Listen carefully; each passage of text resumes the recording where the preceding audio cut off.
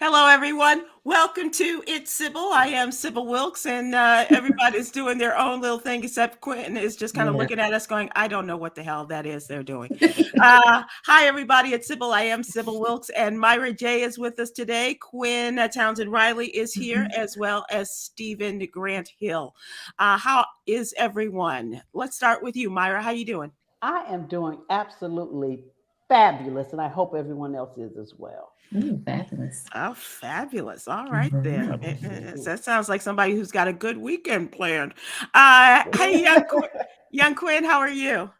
I'm feeling really good. How is everybody else? Everybody's good. Everybody is good. And Stephen Hill, we have the other Steve that is going to be joining us in a little bit. For those No, of you no, that's that. not. I am the other Steve. Oh, oh, oh, okay, okay, He is okay, the real Steve. I am the other Steve. okay. I'm sorry. I'm sorry. Carry on. Carry on. We're going to be talking to one of the two Steves now, and the second Steve is going to join us, or the number one Steve. I'm not sure where they are, but we're going to be talking about the legacy of HBCUs. When I say the two Steves, those of you may know of the wonderful opportunity to watch the Steves in the before and after showings of the versus battles or the versus concerts, if you will. And they would break down what the song list, the set list would look like, and then they would break down the show after the show, and it was a great time. And so I love the dynamic there. But then I found out that not only is Steve Hammond not only a brilliant musical executive, but he is also an HBCU alum, and he is now passing that love on to his son. And so we're going to talk about the Morehouse man taking his young Morehouse man to school. And so we'll have that during our What's Really Going On segment. So, what is going on, young Quinn? How are you? I'm going good. Doing good. We actually have moving on JMU's campus this week, so things are getting a bit loud and they get a bit rowdy as we're welcoming all the first years and all the other students too. So I'm excited to meet the students that we've been talking about and planning events for. And next week I'll be moving into my apartment on the 26th. So that following Wednesday, y'all actually see a whole new background that you'll see forever All right. because that's where I'll be living. Okay. Yay. Cool. And you sound excited, are you? I am. I'm really excited to actually, like get my first actual groceries and like just decorate. Oh, that's so cute. I had my goodbye, my official goodbye graduation party last weekend in Chicago. And so it was bittersweet, but like my cousins and stuff, like they bought stuff off of my registry and, friends made me like little crochet blankets and like stuff like that. So I'm just excited to have pieces of everybody still with me. Nice. Nice. Absolutely lovely. And Myra J., you're headed to Chicago. Yes, I am to be with my two crazy, just crazy, Just J. crazy. Anthony Brown and Just George crazy. Wallace and I at Riddles this weekend. It's going to be a blast. Yeah. And Stephen Hill, welcome to you. As I was telling someone just a little while ago, you usually slide in like one of the Temptations just to show time. I know you're a busy man, and we appreciate your time. Fine. How you doing? I'm doing spectacularly, I must admit. Since I'm in the Bahamas this past weekend, We heard. where the lovely Shantae did karaoke. They made her do. They end up, they asked her to do her own song, but she did Donna Summer. Oh wait, no, I can't remember what song she did. Bad Girls. Bad Girls. Yes. Yes. Of course it was Bad Girls. Yes. Of course it was Bad Girls. So it was great spending some time in the sun, and she was dancing crazy. I never thought I'd meet my match because usually I'm the last person on the dance floor. Right. And I was sitting out tired, and there's a video of, I think it's on her website, of her dancing like a Tyrannosaurus Rex. It's really, if you ever, Tyrannosaurus Rex is cute when she looked like Shantae Moore. Yeah, I've never heard them referred to as cute before, but until you add that part, yeah, absolutely. Well, that's cute. I heard that you were seen there in the Bahamas, and so we got reports of that. You can't go anywhere, Stephen Hill. I guess who I saw it, and so I'm glad that you guys had a good time, a great time. Good stuff. All right, so let us move on to the What You Need to Know newsletter. This is our newsletter that we have Monday through Friday. It is absolutely free. We would love to have you subscribe and be a part of our What You Need to Know news crew. Please go to SybilWilkes.com and subscribe. Just give us your name and your email address. You don't have to give your birth date. You don't have to do any of that kind of stuff. We just love to have you and have the newsletter in your email box every Monday through Friday morning. And what we do is what we learned over the years with Tom Joyner, and that is to give the news to our African American communities. And young Kwyn is a part of that, our news crew, and gives us news on what's happening in the LGBTQ community. Or should I go IA plus? Should I? Do I need to? Okay. And young Kwyn, tell us about the state attorneys general who are standing together and against the state of Florida's "Don't Say Gay" law. This is something I'm really proud to write about because it just talks about, it's a beautiful combination of organizing and political resisting. So yes, there are 15 attorney generals that have backed a suit challenging Florida's "Don't Say Gay" law, saying Republicans' attacks on LGBTQ plus communities are unconstitutional and can cause national harm. So on Wednesday, August 3rd, attorney generals from 15 states and the District of Columbia filed an amicus brief in Equality Florida versus Florida State Board of Education, asking the court to deny Florida's motion to dismiss the suit. The 16 signees are, of course, Democratic, but they represent California, Colorado, Connecticut, Delaware, Hawaii, Illinois, Maine, Maryland, Massachusetts, Michigan, Minnesota, Nevada, New Jersey, New York, Oregon, and the District of Columbia. By enacting its parental rights and education law, the Attorney General's write, Florida lawmakers have negatively impacted not just queer and trans youth and their families within the state, but across the United States. They say the stigma now codified in law threatens grave harm to the health and well-being of LGBTQ individuals, their families, and their communities. Equality Florida, who is written on the actual suit, is a nonprofit LGBTQ plus advocacy group that has emerged as one of DeSantis and the Florida GOP's, the Grand Old Party, the Republicans' loudest opponents this year as an effort to outlaw LGBT plus expression and identification.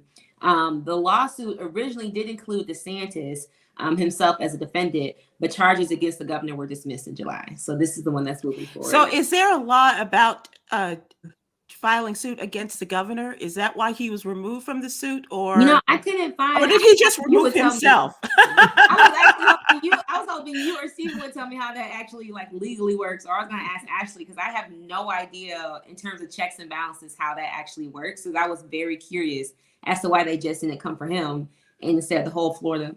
You're muted. Who removed him from the suit? Did he remove himself? Did the prosecutors remove him, or who? That's what we were asking. Got it. Yeah, I'll have to do my research. But yeah, that's a good question. See, y'all be listening to Schoolhouse Rock. I did not pay attention to that. Well, you know what? I believe that there is something about him perhaps doing things his own way and making his own rules. And I wouldn't be at all surprised, Kwyn, if he said, no, I don't want to be a part of this, and took himself off of the lawsuit. And he has that type of power to do that? He is a man of amazing ego of himself, as well as the powers that he has given to himself and taken away from others. Well, how I hope and pray there's a way for me to not say, don't say gay. Was that right?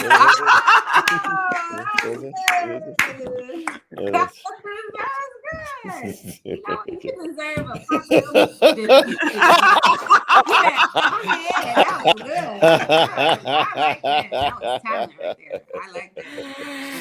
That is funny. That's very funny. So we'll keep, once again, you guys give us these great stories where we need to keep up to date with this as it's going on. There's a lot of interaction. I wrote a story the other day about how the governor of Texas is interacting. The Republican governor of Texas, Greg Abbott, is interacting with the Democratic mayors of New York City and the District of Columbia, and shipping putting them on buses, thousands of immigrants, as they come over the border from Mexico into Texas. He puts them on buses and he sends them off to these Democratic cities. And yeah. And so there's this push back and forth, and the cities of New York and DC are, they're running out of resources to take care of these people. Over the last few months, he sent over 6,000 immigrants from Texas and they're going to be going up and down the East Coast according to his plan. So this whole Republican governors and these guys, especially, who really think that they might have a chance of becoming president, or at least being the Republican nominee, the things that they are doing in order to get attention is very interesting to me. So are there any blue states along the southern border? No. All right, I don't know the answer, right? How long is that? California, yes. Mm-hmm. Arizona, No. California blue, Arizona red, New Mexico red. It's more purplish. I think they have a Democratic governor. Right. In New Mexico. What's between The New Mexico state and of Texas? Atlanta. The state of Atlanta is blue. And is there something between New Mexico? I can't see it right now in my head. In Texas, or is Texas? Texas, yeah, Texas. It is right next to it. Mm-hmm, mm-hmm. I just find it interesting. As we've talked about on the show before, immigration is there's a legal way to come across in a way that currently is illegal to come across into the country. And so sometimes I think all of those things together get conflated into one thing. Mm-hmm. And you don't separate them. Now you can argue with what's legal and what's not, but the truth is there is a legal and it is an illegal way to come in. And I think sometimes they all get lumped together. And Steve, doesn't that bring about the difference, the wet foot, dry foot immigration policy, that people who come from the water have a less likely chance of getting into the United States than those who come dry, the dry foot, and speaking specifically of Cubans and Haitians. They have you're saying they have a less chance. Yeah. Of coming in legally or coming in illegally? Well, either way, but the chances of getting in and staying in are usually greater for those who come in as with the dry feet. From Mexico. Yeah, from Mexico. And then, of course, others who are coming from their respective countries through Mexico to get to the United States. Right. So I don't know well enough to know what are the states on that legally. I'm going to get somebody on that. Look, I just caution, whenever we think about it, think about the number of people coming into the United States illegally dwarfs those that comes in legally. And it does put a challenge on resources. Mm-hmm. And so just thinking about it that way, as opposed to just like we should let, not we should let everybody in, let everybody in. There's got to be a process or else. Yeah. Or else there's just, and it's not about nationality. It's just about the number of people in a certain geographic area. And these people are being used, and I don't think that Eric Adams or Muriel Bowser would object to people, but they just don't have the resources. Muriel Bowser is asking the Secretary of Defense, Austin, please give us resources with the National Guard to help us with this. Mm-hmm. They don't have homeless shelters in New York for their own people, let alone, the hundreds that come in each week. So it'll be interesting. We got to move on to the BFD, the big effing deal that took place this week. And that was the signing of President Biden's Inflation Reduction Act. And as he has said before regarding Obamacare or the Affordable Care Act, this is a big effing deal. And so President Obama returned the favor and tweeted out, "This is a BFD, Joe." And this is, he wrote in a tweet and quoting his former president when he was caught in a hot mic moment, if you'll remember that. So the Inflation Reduction Act is in place. A lot of things that they have promised are not going to take place immediately, as you might expect, especially in terms of Medicare and the reduction in pharmaceutical prices in their drug prices and what have you. This is not going to happen probably till I think it's 2025. And the Affordable Care Act, though, the people that are going to get their relief from paying the Affordable Care Act increases, this is going to happen quickly, and it will go through 2025. So, and unfortunately for people who still paying an arm and a leg for, and pardon the pun, but still paying an arm and a leg for insulin, this is only applying to Medicare patients. Mm-hmm. And so, which is unfortunate, but that was one of the things that they had to I guess, kind of argue and pull out in a part of the discussion to make this bill happen. Yeah. And all of this is the biggest climate change bill in the history of this country. And so we'll see how we're able to do that. Whether the things that we buy to improve energy sources in our homes, in our states, in our cities, and what the rebates will look like for that. And if you're buying an electric car as well. Yeah. Good. Yeah. I'm glad the Democrats got something done, because it was one. It's like, Lord have mercy. One in the victory column is better than none in the victory column. Yeah. And they're looking at the calendar, and we're now less than 3 months out from the midterm elections, and we see how important it is. I'm sorry, Kwyn, that we still haven't gotten word about everybody having their student loans taken away. I was going to ask you, I was just waiting for it. I was like, okay, climate change. Okay. Okay, insulin. All right. And there's Now, if you were a student at the technical school, ITT, they have reduced all of their loans at these schools that are the for-profit schools that made these promises of jobs, accreditation, and things like that. $4 billion for the 200 and some thousand students who will now. Oh no, we lost our leader. They didn't want her to talk about the loans. But Biden was like, we ain't gonna forgive them loans. We can forget that connection you got right now. We can take that connection right on our internet reinstated. Oh, that's such a cliffhanger. I don't even know. That's right.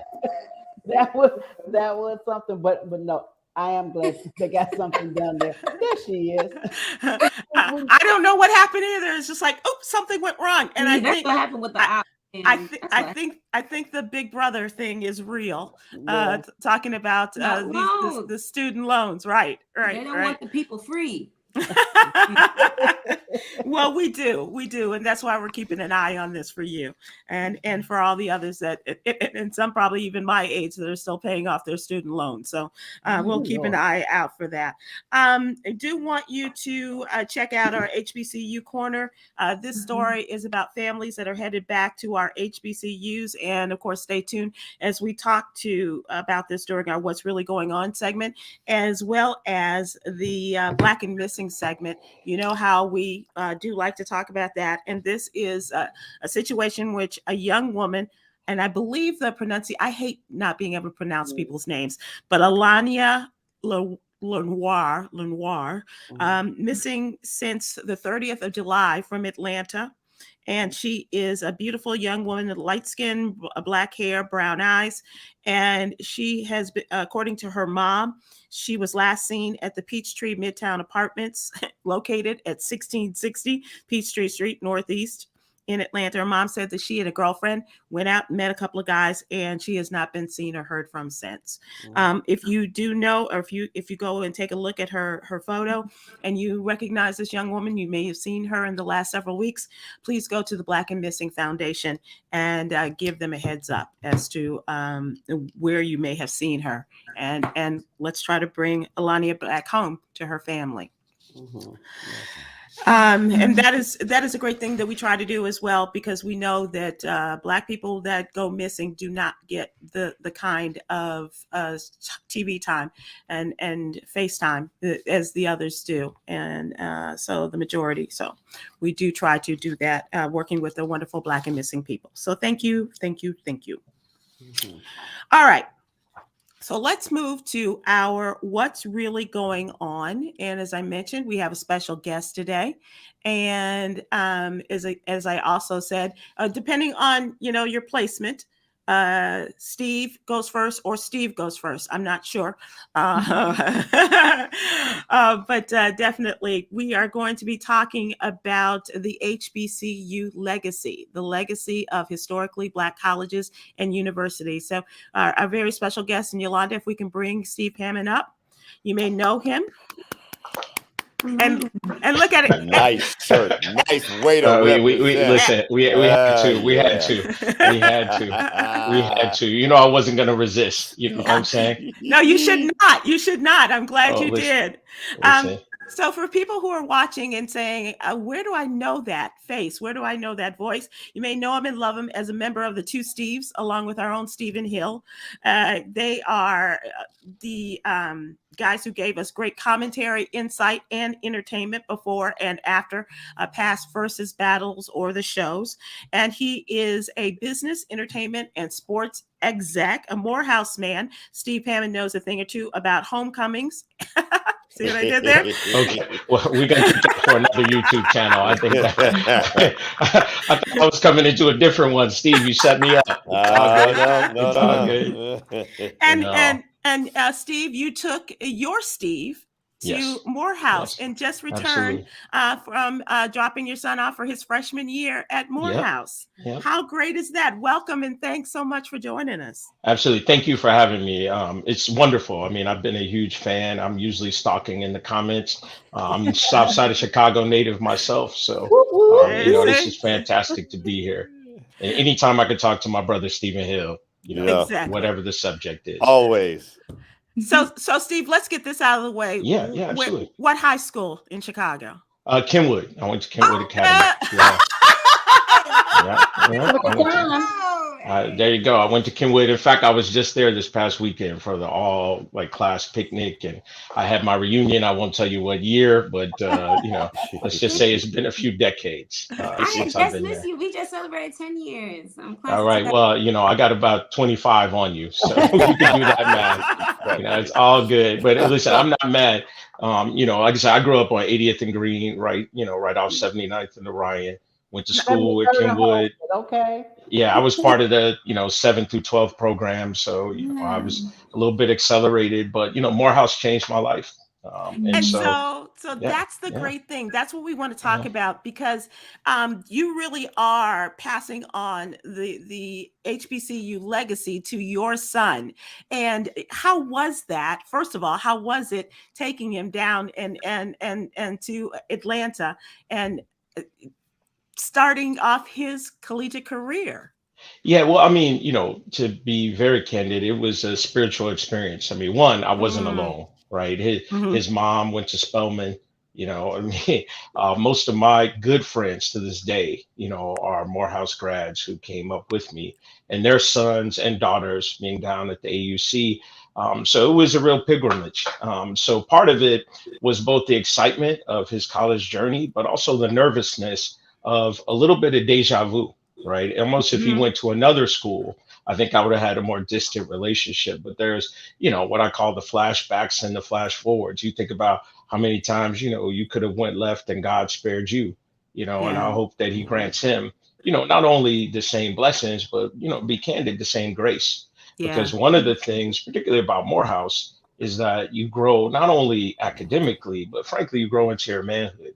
And manhood, in 1987, when I set foot on there as a 16-year-old freshman, is fundamentally different than what people are going through today, both good and bad. Sure. So like I said, I'm so excited for him, not only, like I said, for him to get a degree, but more importantly, for him to get the friendships and the relationships and the self-confidence that changed my life. Yeah.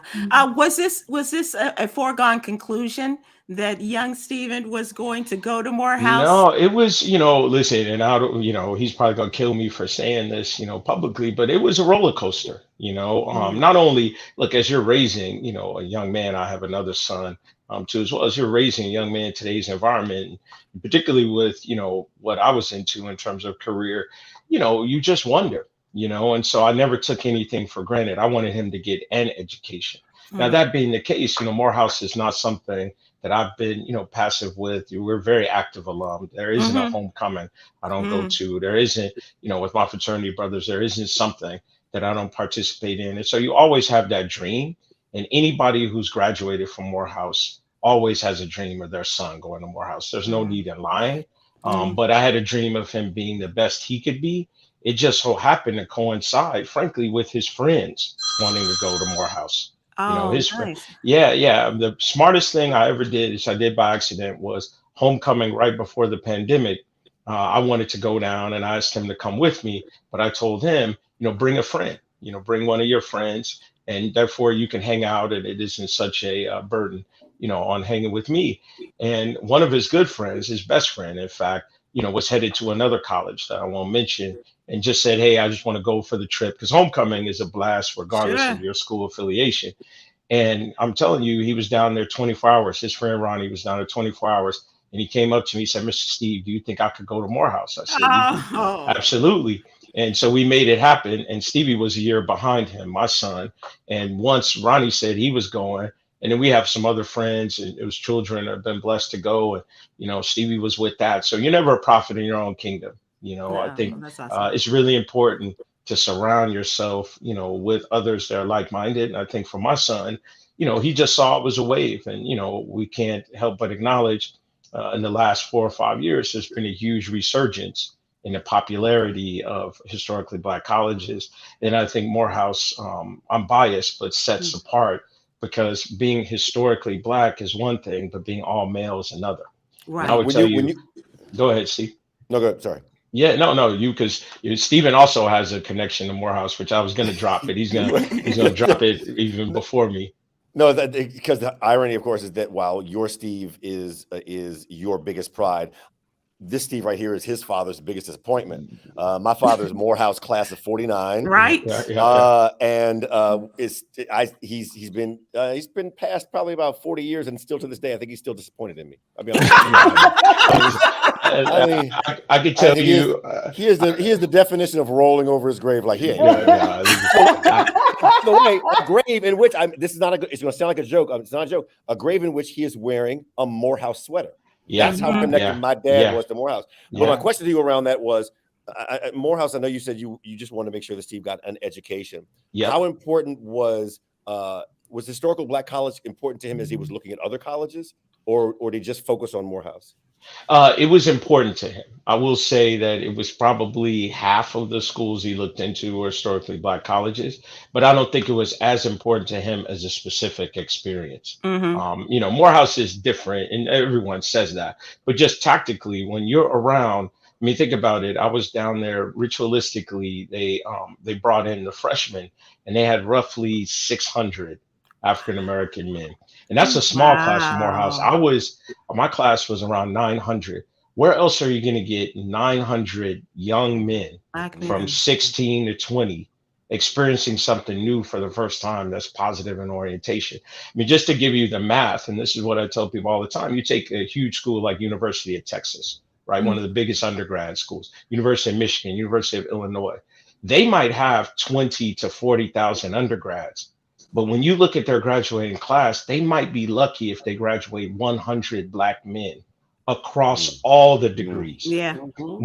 So imagine if you go to a campus like UT and you see less than 100 Black men. Now put yourself in Atlanta, Georgia in May and see 500 Black men graduating from college all at once, all with pride, and having similar experiences, because being a liberal arts college means about 2/3 of all the classes you take are the same, no matter what your major is. So some of my best friends are doctors, lawyers, a U.S. Senator, Raphael Warnock, and I used to sit next to each other in class. Did y'all cheat off of each other? No, look, trust me, I wish I had. I would be in a different spot. I might be in the Senate right along with him, forget about Ostrov. That shows you how late to the game I was. But my point is that you have not only a diverse set of people within your race, right? See, that's the biggest misconception about HBCUs. I had people, tell me, Steve, you're an intelligent person. Why would you narrow yourself to just be with Black men? And now I tell them, I didn't narrow myself, I expanded myself. Because growing up on the south side of Chicago, I thought black men were my uncles. I thought black men were my father, were my brothers, were my friends, right? I didn't know black men from Seattle. I didn't know black men from Tifton, Georgia. I didn't know black men from Nassau, Bahamas, or Nairobi, Kenya, or Lagos, Nigeria. And then when you get there and you see everybody is different, the cool thing about seeing how different everybody can be is you start to realize you could just be you. Right. I'm not more black, I'm not less black.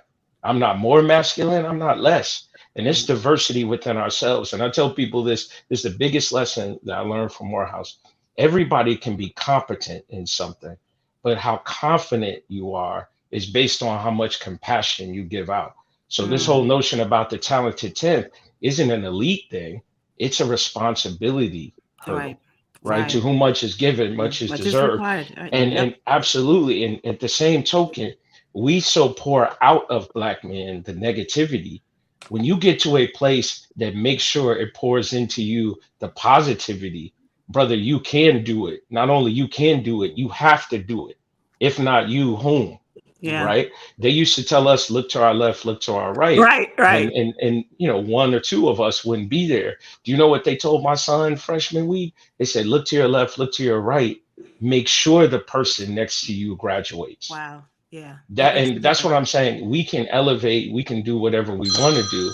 And my point is that when you have those types of peer pressure, right? We talk about negative peer pressure. When you got a positive peer pressure, when a US senator is walking down the hallway, and I'm not talking about 50 in a class, I'm talking about 15, 16, and he walks in your classroom and says, I sat right there.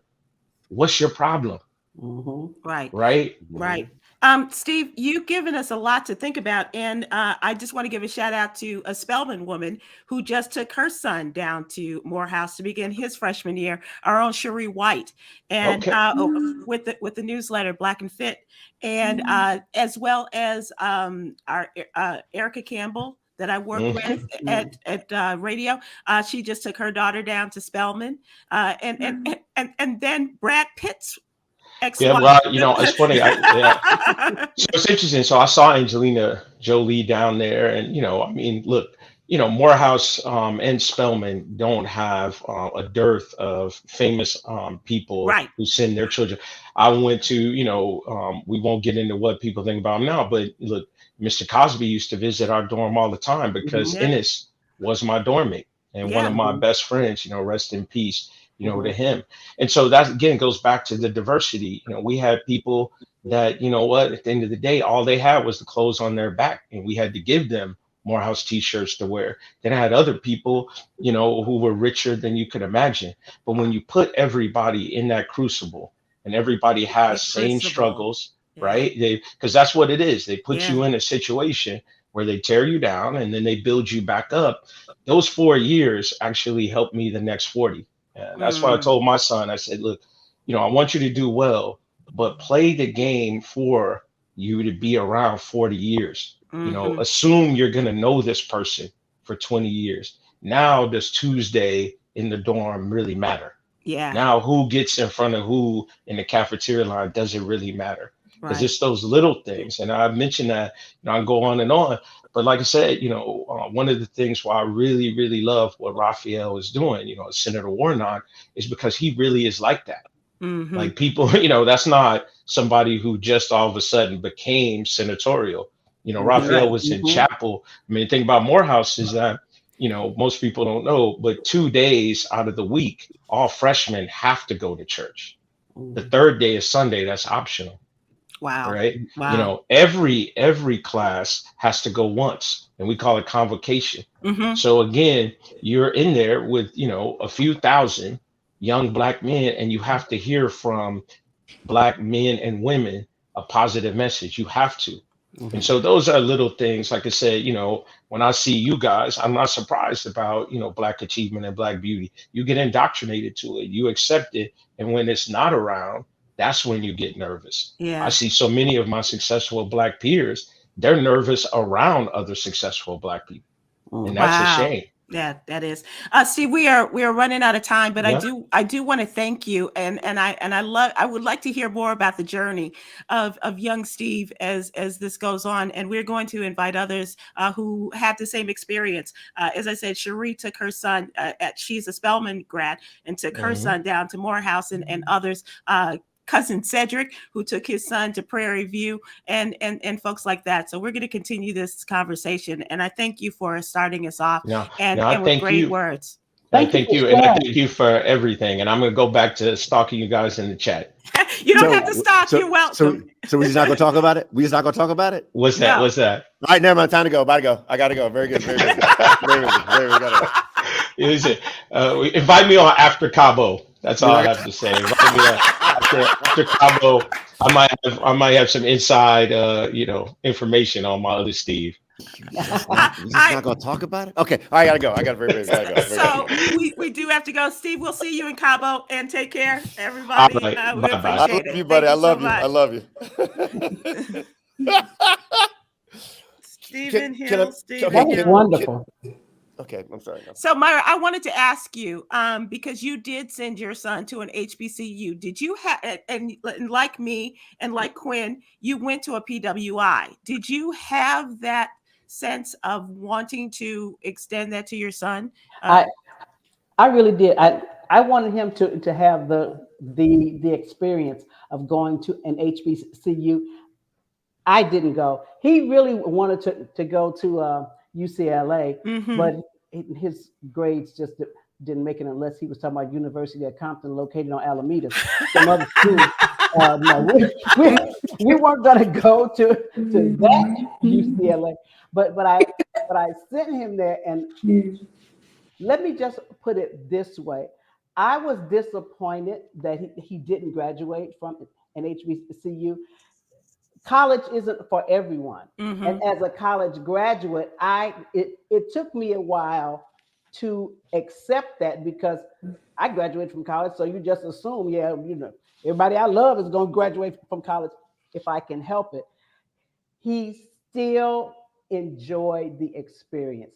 He still talks about it. And he said, if I knew then what I know now, I probably would have put more into it. But he did say it was a hell of a party.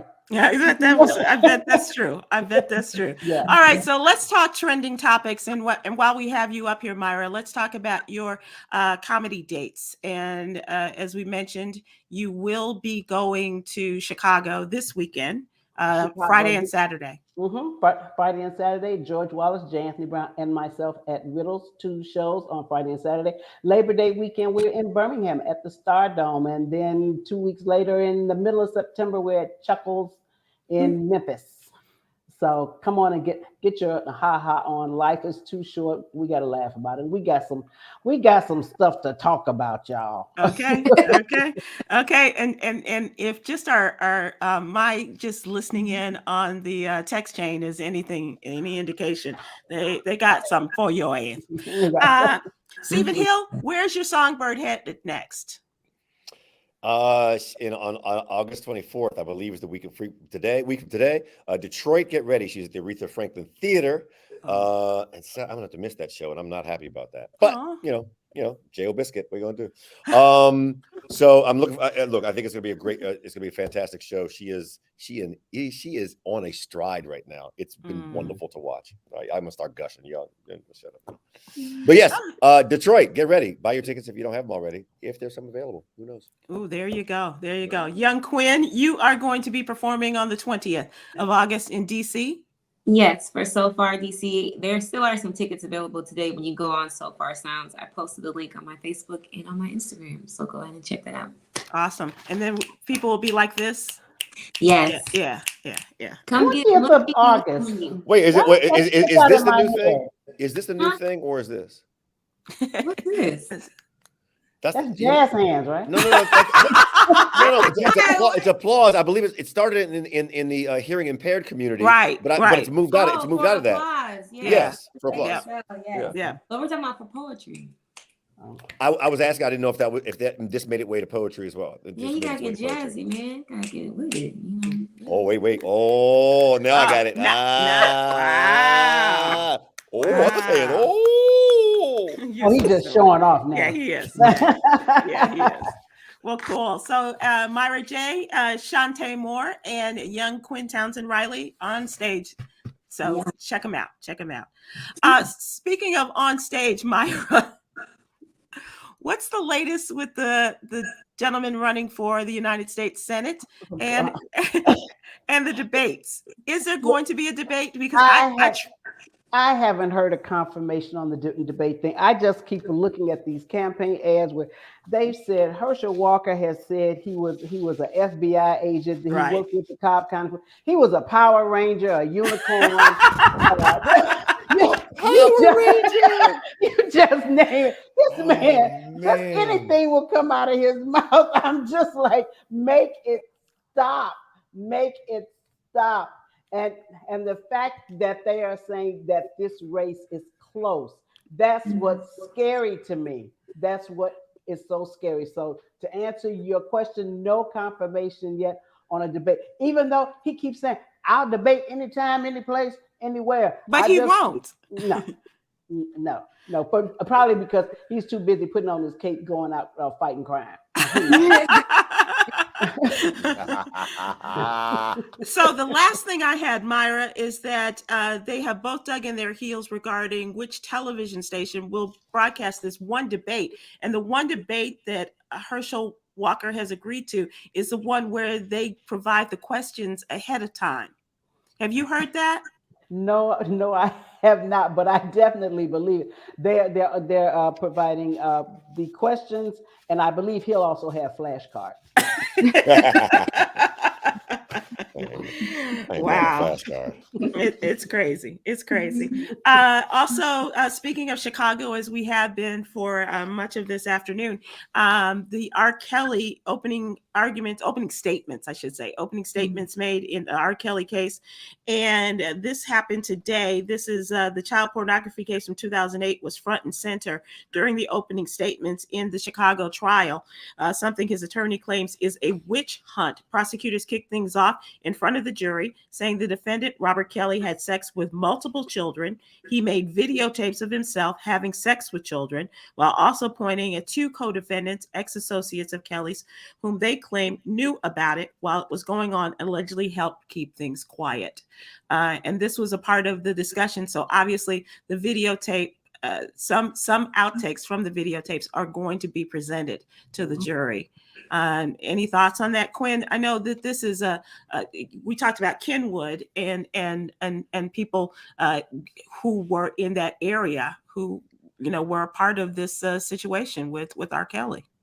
Yeah, I think we talked about earlier about the early sexualizing of young people, especially how impressionable young folks are like at that age. But I think what's disgusting is that I've been seeing this hashtag on Twitter called Free R. Kelly, and there are still Black people, Black women specifically, that are like, oh, this is all a lie, free R. Kelly, free him. And I'm just like, wow, you're telling your sister, your daughter, because, a lot of times, not even just men, people will just be like, oh, like, I don't know a rapist. But I promise you, there's 1 out of 4. Somebody who got raped. It's a statistic. Somebody who's got sexually assaulted. So you tweeting something like that is not only muting that person, but it's erasing their experience. It's erasing their harm. It's erasing their trauma that they lived. And so it's just like, I don't know how more oblivious people can be, or how, like, I just don't know how comfortable people can be in that type of lifestyle like that. That just, it really, it's nauseating, actually. And I hate that they have to play the tapes too. Yeah. They said that there are 4 tapes at play during this trial, the 4 tapes, and prosecutors say they'll have the jury watch 3 of them. At least one of those tapes appears to pertain directly to the alleged victim from 2008, and the remaining ones might have to do with another alleged victim or victims over the years. Did the girls in this video consent to this? Do they even know, like, that this is being played? Since it came from his particular his That's ownership, his stash of tapes, I'm not sure how they got their permission for that. So they probably don't even know. Did I read though that that young woman who quote unquote settled out of court has agreed to speak now? One of them is Yeah, yeah, yes, yeah, is yeah. going to Yeah, testify. Yeah. yeah. Yeah. Mhm. It's going to be interesting to see what this all how this all falls out. As we know, he was found guilty in a Brooklyn federal court. Chicago is happening now, and Minnesota is up next. So we'll keep you up to date on that. Not a big surprise, but Liz Cheney lost. And for the lone congressional seat in the state of Wyoming. And Steve, it made me think of going to Wyoming and noticing that they all look like Liz Cheney, but they weren't supporting her this time around. That's right. That's right. Look, y'all are trying to count Trump out, and hopefully he'll be in jail by the time it's time to run in 2024. But please know that Liz Cheney, who was elected to this office how many years ago? Just 2. Just 2 years ago, she was elected to this office. Well, reelected. This would have been her 4th term. Right. You know how hard it is to beat an incumbent? She got beat because she went against Donald Trump, and that's how much support Donald Trump has. She won. Wasn't there another representative in Alaska who was now going to a runoff because they Murkowski. She's a Lisa senator. Yo, this is all of the scary. This is all of the scary, but coming towards 2024 and how much power Trump has. If him stealing spy names and trying to sell them to Russia doesn't put him in jail, he will be your president again. Record this right now. Whatever 47 is in your Trump will be president again if he's not in jail.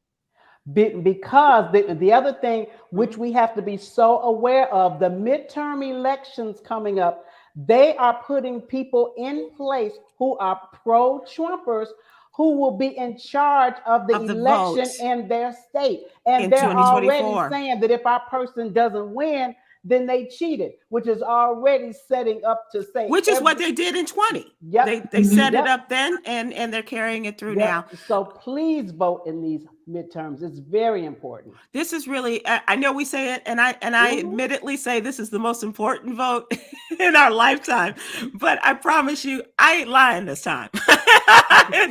And I don't think that I am being, making this a big deal out of this. I really believe that this is going to be the important vote, not only for the House, which could put Kevin McCarthy in charge of, and then the impeachment trials will begin against Joe Biden, and not to mention any other members of his family. And the hopes are not as I guess the hopes are greater for the Senate that Democrats will be able to make a difference and add more people to the Democrats will add more to their side of the aisle after November. But it's such a crapshoot. It really is. Yeah. And Steve, you're smiling and you're thinking what? Brenda McCutcheon says Brenda McCutcheon off of Facebook says it's not just being against Donald Trump. It's wanting truth and common sense to win. Right. Truth and common sense is not going to win. Like, it's just not. I know we want it to, and we are people who all have common sense and like the truth. The challenge is they say they want the truth, but will believe things that are not true, and that's the problem, right? And that's we went to a whole this whole separating kids at the border. I don't know if you read this late. The Atlantic has an article, which dissects how the plan was to separate children at the border. So when Trump came and said, "Oh, these immigrants want to get rid of their kids," they came through and they're doing this to get rid of the kids. People believe that as a truth. Right. So people are believing what they believe is the truth, right? There are people who have been on this January 6th committee who testified, who were like, Trump said this, and I believe it was the truth. Do you believe it now? Well, no, I don't. There's far too few people who go through that realization that what they're told is not the truth. So yes, people want truth and common sense to win, but the challenge is people we're used to trusting are no longer saying the truth, and they have no problem not saying the truth. And look at the people. Look at just what happened in 1 week with the FBI. and how, they believe them. They went and tried to shoot up a branch office. Now they have barricades around the FBI headquarters and other offices because of them saying that now these are the Gestapo. These are Nazi-like tactics of what they did going into his home. This is another discussion for us. I promise we will continue. And also the party of law enforcement, party who supports law enforcement is now saying the FBI is crooked. Right. And how they beat the living, out of the police at the U.S. Capitol. This is, everything is upside down. Yep. Everything is upside down. All right. And Myra, we don't have time. I can't even talk about Rudy being in Atlanta, but we will. I promise. All right. So now it's time for, okay. All right. Now it's time for entertainment. And as a part of the entertainment, Myra, did you have a Rudy Giuliani sighting?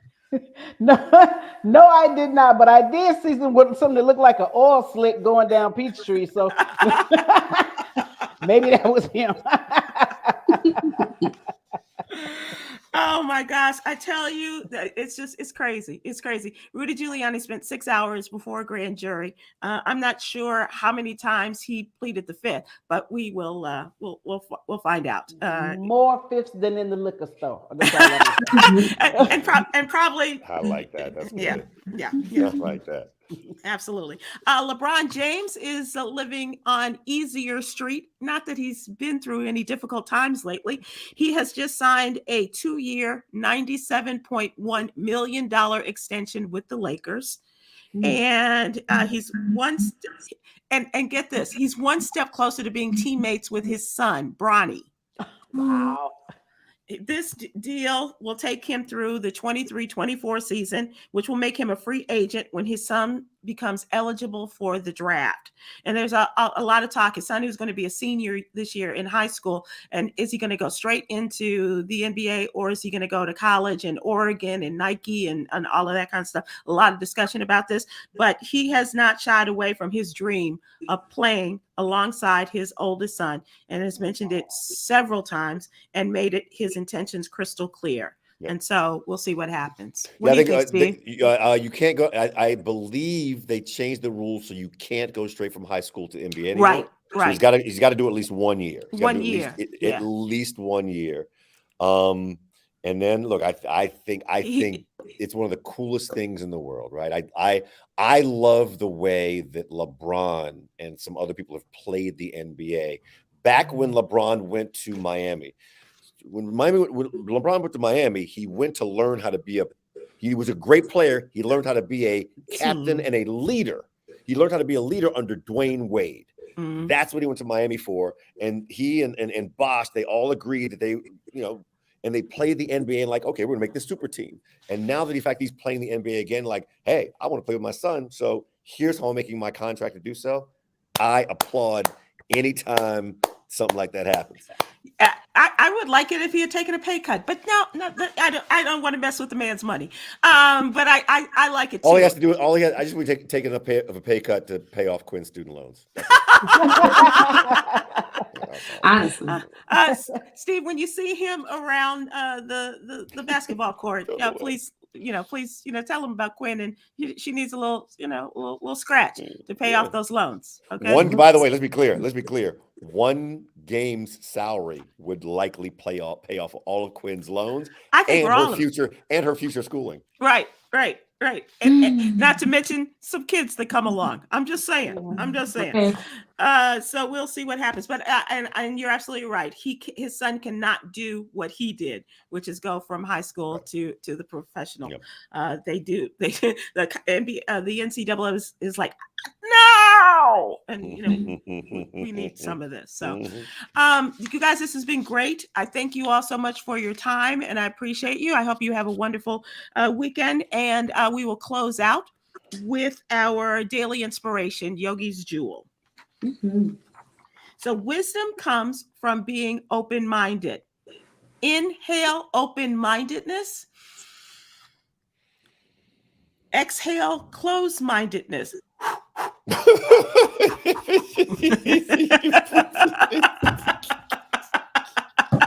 Keep going. I know that's. Before we go, though, someone mentioned August 20th. Something was going on August 20th, and I know Quinn is performing, but why is that date sticking out to me, Sybil? Oh, look at the time. Not, Yolanda. What is Four-part harmony. Ready? to Happy birthday birthday to you. It's Sybil's birthday on the Happy 20th, Sybil, you yes, guys. that is. Happy birthday. She was trying to Hey. tip up out of here. She thought I wasn't going. Miss remembers everybody's birthday. Don't even try it, chick. Don't even try it. Thank you guys. I appreciate the greetings and the singing as well. Thank you. I love you guys. I appreciate you. And we will see you